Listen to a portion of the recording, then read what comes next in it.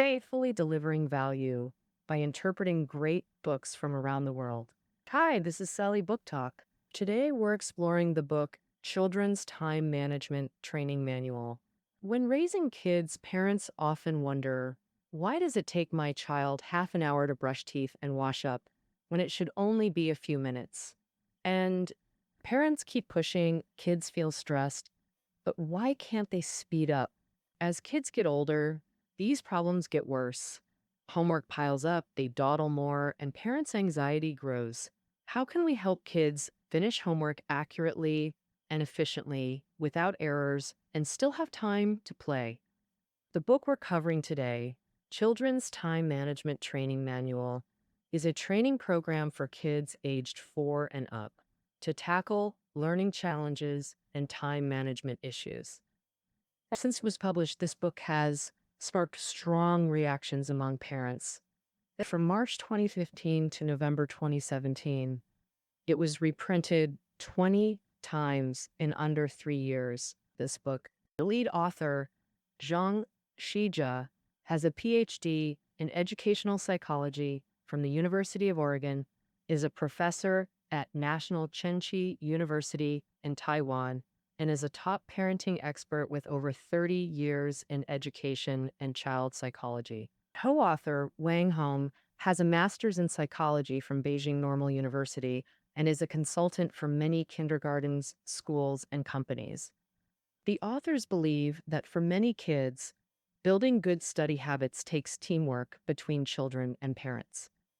So, parents have their own part to play in this. The book offers a 3-step solution for parents. First step, understand your child's development and look at their good and bad behaviors objectively. Second step, work with your child to create a practical time plan and teach them how to manage time wisely.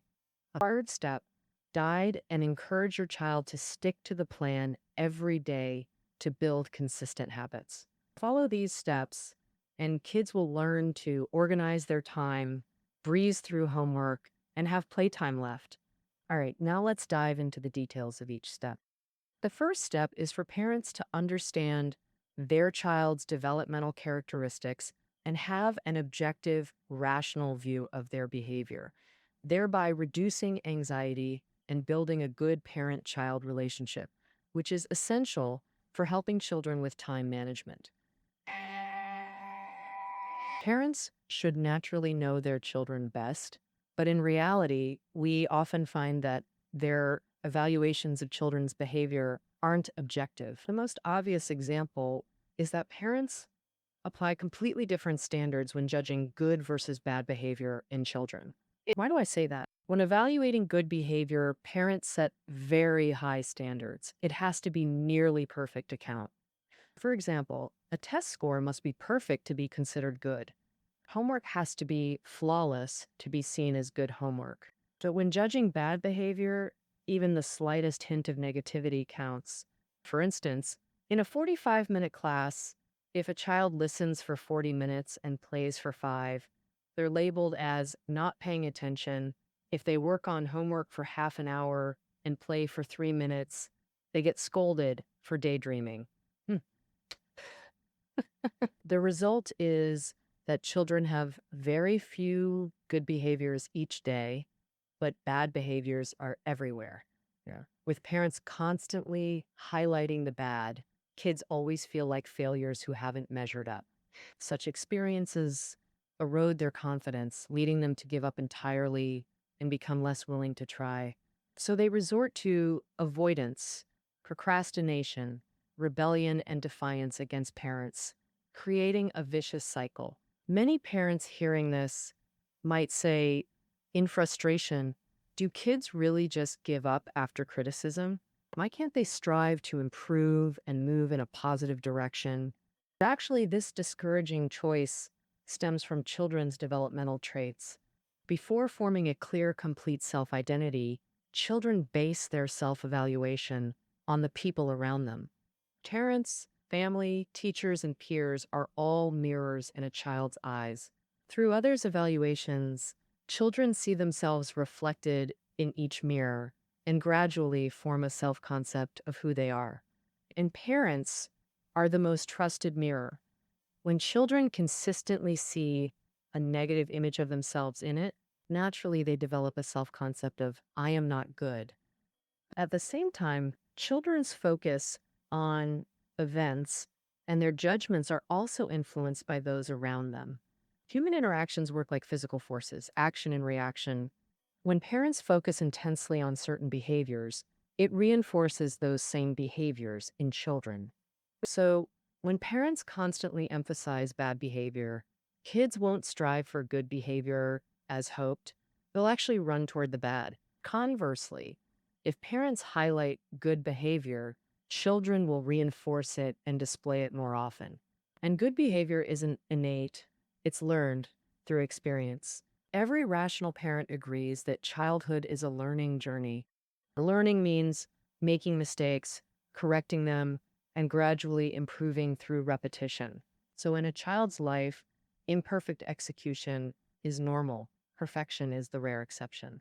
Many parents nod here saying, yes, kids messing up is natural. We know we should let them learn from mistakes and focus on their successes. But when I see them slip up, I get impatient and struggle to communicate calmly. What then? This blinded by concern reaction is normal. Parents want the best, so shortcomings trigger anxiety. Parental emotions hinge on three factors: personality, anxiety levels, and current mood. The first two are hard to change quickly. Personality is deep-rooted, and anxiety ties to external pressures. If chronic high stress causes unmanageable anxiety, parents should seek stress relief or professional counseling. But if it's just a temporary bad mood, try this three-step fire extinguisher technique when frustration hits. Step 1, leave. Step 2, breathe. Step 3, cool down. When feeling overwhelmed, immediately pause and physically leave the situation. Remove yourself from the spark of anger.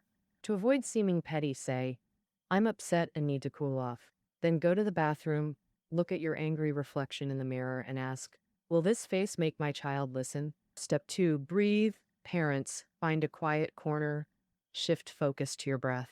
Take 4 to 5 deep breaths or briefly meditate to calm down gradually.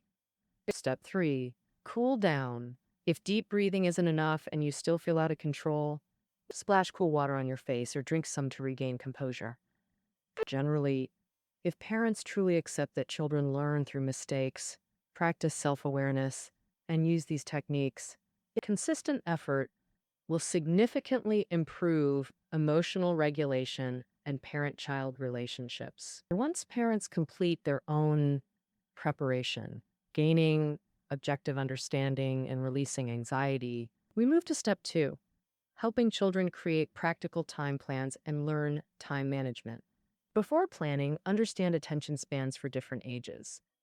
Typically, 6-year-olds focus about 10 minutes, 7 to 8-year-olds, 20 to 25 minutes, 9 to 10, 30 to 35 minutes, over 10, 40 to 50 minutes.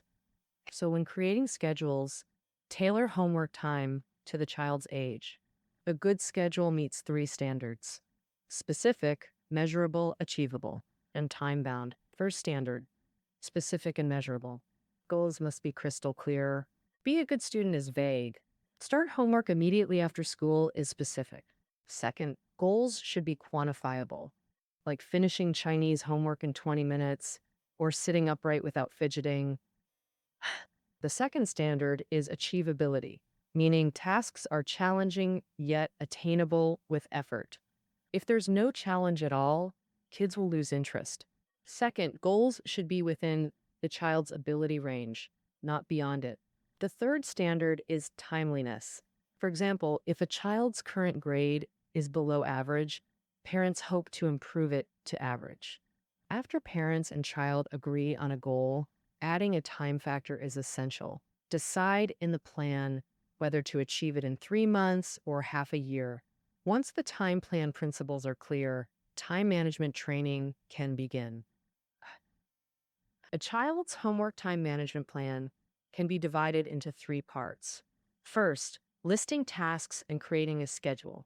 Second, completing learning tasks within the scheduled time. Third, improving homework accuracy after completing it on time. Let's first look at the first part, listing tasks and creating a schedule. Work with the child, focusing on their needs to list all homework tasks after school and note the time needed for each.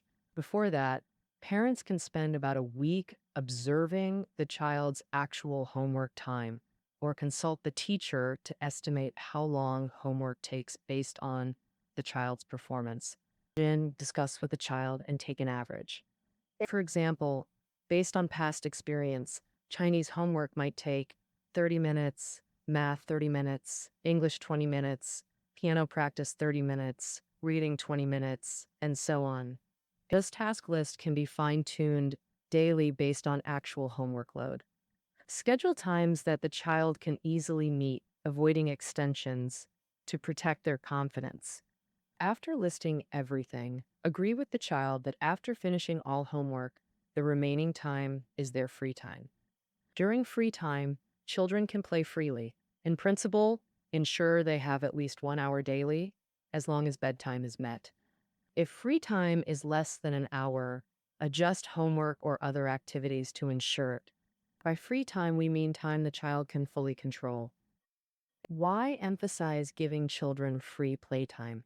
First, because of children's natural love for play, and second, due to how the brain functions. Goal-oriented tasks keep the brain in a tense state.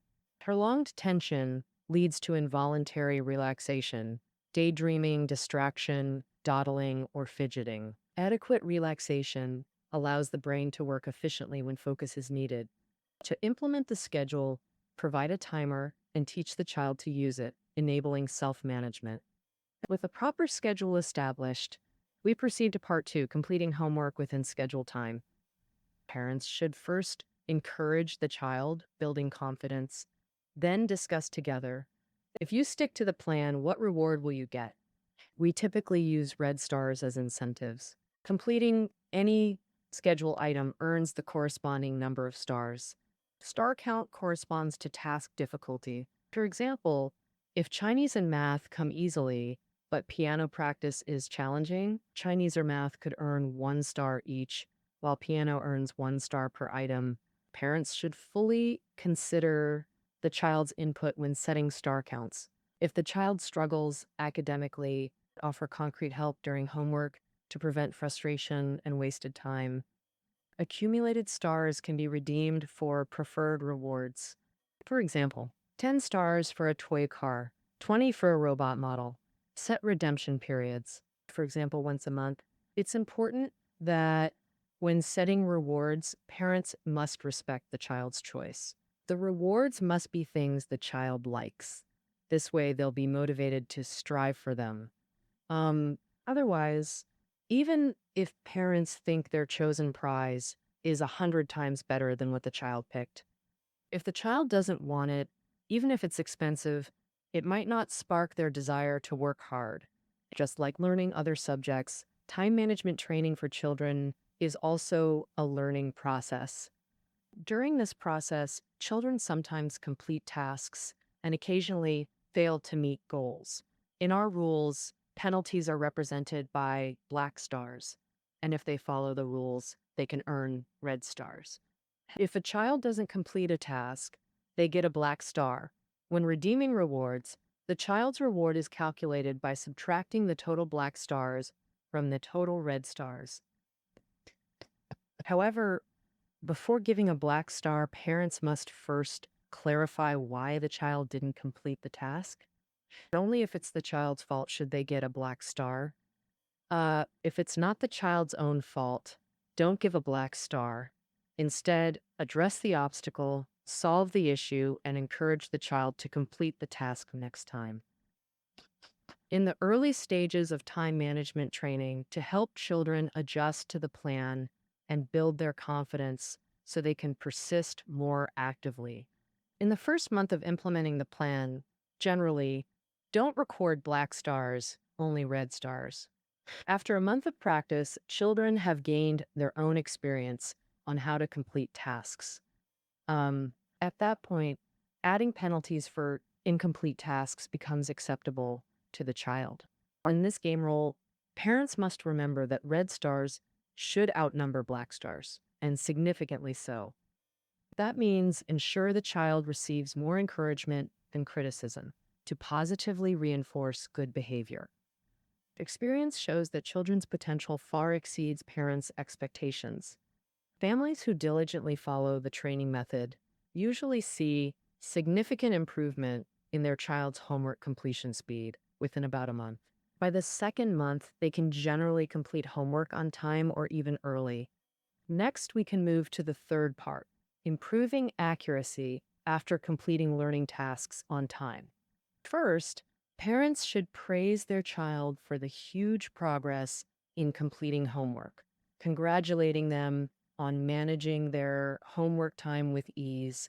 Then, with the child praised and confident, tell them it's time to move to the next stage and take on a new challenge.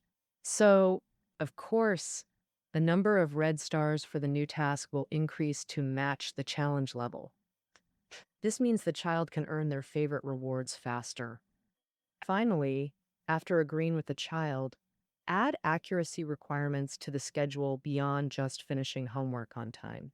After finishing homework, the child should check it themselves first, then give it to parents once confirmed error-free. If homework is perfect on the first submission, the child gets 3 extra red stars. Even if parents spot errors, don't point them out. Return it for the child to find.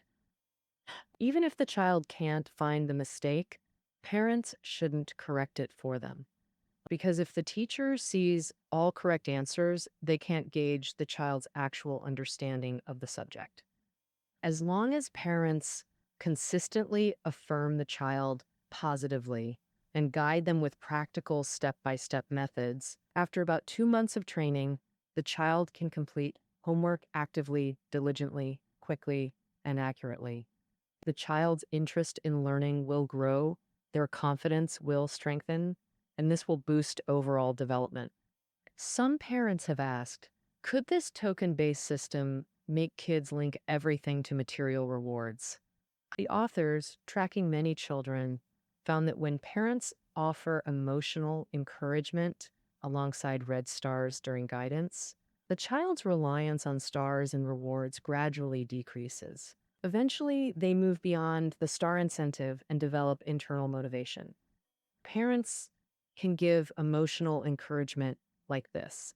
First, describe the outcome of the good behavior, then share their feelings. Finally, praise the specific action, e.g., hey, I saw you finish homework quickly and accurately. I'm so happy for you. Uh, Today you stayed so focused on homework.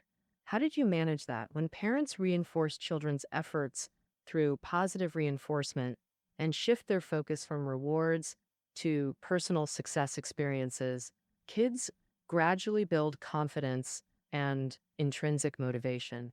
The drawbacks of token-based systems naturally diminish.